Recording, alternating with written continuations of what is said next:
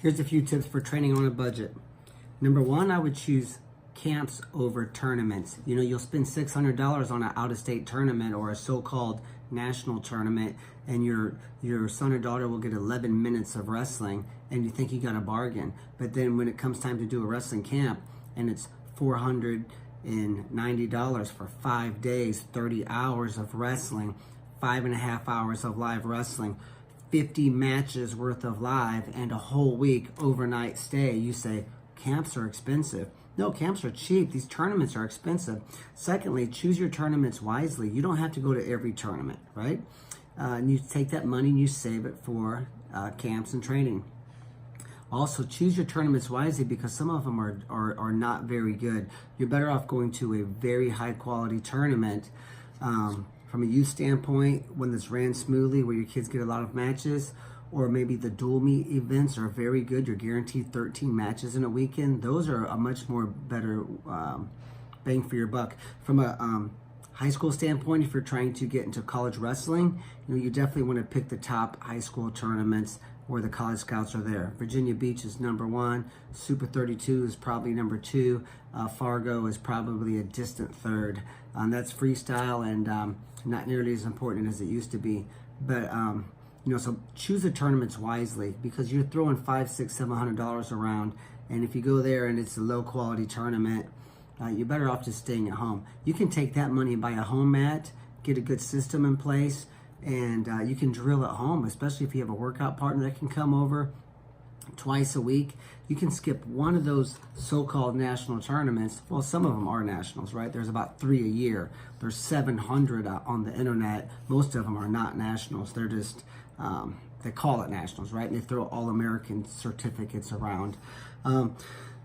But skip one of those, take that $700, buy a home wrestling mat for $700, and that home wrestling mat, when you resell it, you can resell it for $595. 10 years from now, I sell them for people all the time. I help people out. So that's a much better way. Also, choose camps wisely. Don't say, well, we went to 4 weeks of summer camp. Well, a lot of summer camps are sort of not really training related, right?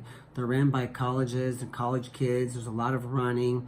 You spend 1 out of every 3 sessions a day you spend running. There's 700 kids on the mat tripping over each other, right? And so, but if you search and find a good quality, small group, very drill intensive camp, what we call it, get better camps, right? We're here to get better. I think you're going to find that you have more bang for your buck rather than just saying, I went to 4 camps. You're better off going to a great camp 4 times in a row, right? Because you actually got, most people sell mat time. They're not selling final product, and I got better, right? We also discussed already training at home. So a lot of times I think the money's already there. We're just spending it in the wrong places possibly. Secondly, we think we always have to be hitting some tournament every weekend. Heck, just drill at home for an hour on your home wrestling mat and skip that tournament in Chicago and take that money and buy that home wrestling mat. And as far as camps are concerned, I think you can do a good job of finding a great camp and hitting it once a year, twice a year, and doing a little bit more research as far as that is concerned. But the most important thing, I think, is to understand that camps are not expensive. Tournaments are. You go to a tournament 10 minutes down the road, you have 2 kids, it's $25 entry fee, there's $50. You and your wife and your other son or daughter get in the place, it's $5 at the door, so there's another $10. Kids are usually free, so now you're at $60. Right? You hit the concession stand, there's $15, so now you're at $75. And you spent, sometimes 12, 14 hours in the gym, and your kids got to wrestle 7 minutes, right? And then if you go to dinner on the way home, there's $120.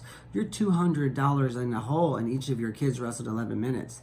That $200 could have bought you, 2 days at a summer camp where they would have got 12 hours of wrestling. Plus, when you look at the camps, a lot of times we're looking for the competition side of things. You see it's pretty popular over the past 20 years. The team camps, coaches take these kids to, and here's a take. So what happens is generally you go to a team camp and your son wrestles in a dual meet, goes out there, wrestles for 5 or 6 minutes, and then has to sit on the bench and watch his other 14 teammates wrestle. Where you say, if you go to a technique camp for 5 days, you say, my son got 22 matches in 5 days. Who cares? The average match is about 5 minutes, probably about 4 minutes and 15 seconds.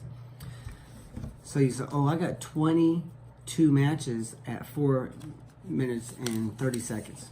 Well, if you go to a technique camp, you get to drill technique 5 hours a day. Then there's an hour of live wrestling. So that's 5 hours of live wrestling. The average match is, let's say, 5 minutes.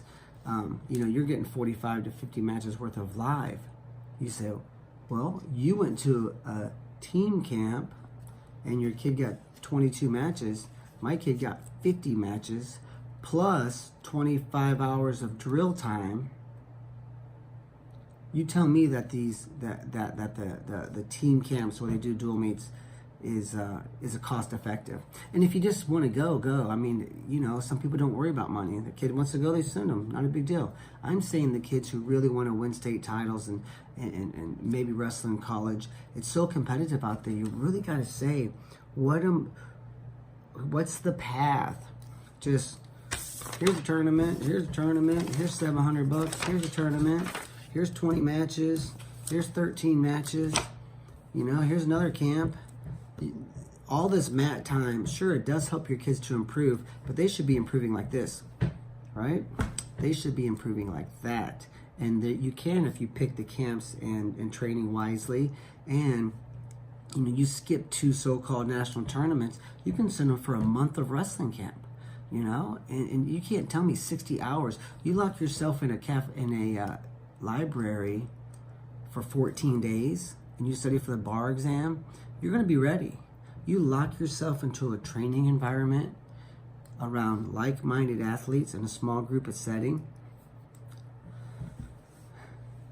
You can't tell me it's not going to change them as long as the camp is more than just mat time and live wrestling, all the stupid running and stuff that they do at these so-called intensive camps, right? So I think that if you look at, you weigh it out like this, I think you can understand that you can, on a budget, you can reallocate dollars. Or if you just say, I'm not going to any camps, I'm going to train at home, that's fine too. You spend $700, you get a good system, you tape it to the wall or you watch it, and then you're drilling. Those kids can wrestle 2-3 days a week. Right after school, your buddies can come over and you can have an organized practice. And I mean, you can skip the open mat, you can skip the freestyle team down the road, right? You can say, I can do better on my own, because sometimes the kids who get more skilled, they get less out of the programs that are in your town, because the programs are all built on real basics. And your kids might be, hey, my kids bring to the nation. My kids, been top 5 in the state 7 years in a row.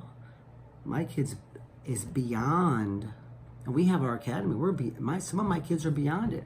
They're beyond the academy, the regular program. So I bump them up to elite, or give them the option. Then we bump them up to the world-class wrestler program when they're ready for the freak show, right? And the 4.5-page drill plan and 6 coaches standing over 48 kids, right? There's over 35 state finalists in that room. Then we're going to start a beginner's room at some point in time. But the goal is, I understand that some of my kids do not need to be in my academy room. They've outgrown it. They need to move on. Now, sure, if they say, well, we're in the elite room or we're in the world class room, but we're going to go hit the Monday academy room anyway, the normal program, so it's a very awesome core drill plan. You're always good at drilling the fundamentals and building that foundation, right? You're always good doing that. So it's not a waste of time, but that alone, they may have outgrown that. So your kids may have outgrown the open mat, where the high school coach takes the keys and opens the wrestling room and lets the kids go in there and wrestle each other. And, at least around here, I don't think that the coaches can really run a practice. So it's kind of like mat time.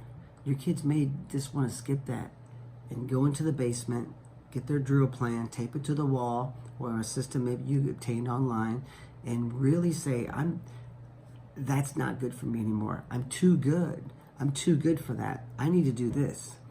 There's some insight. Good luck. Hope you guys have great success.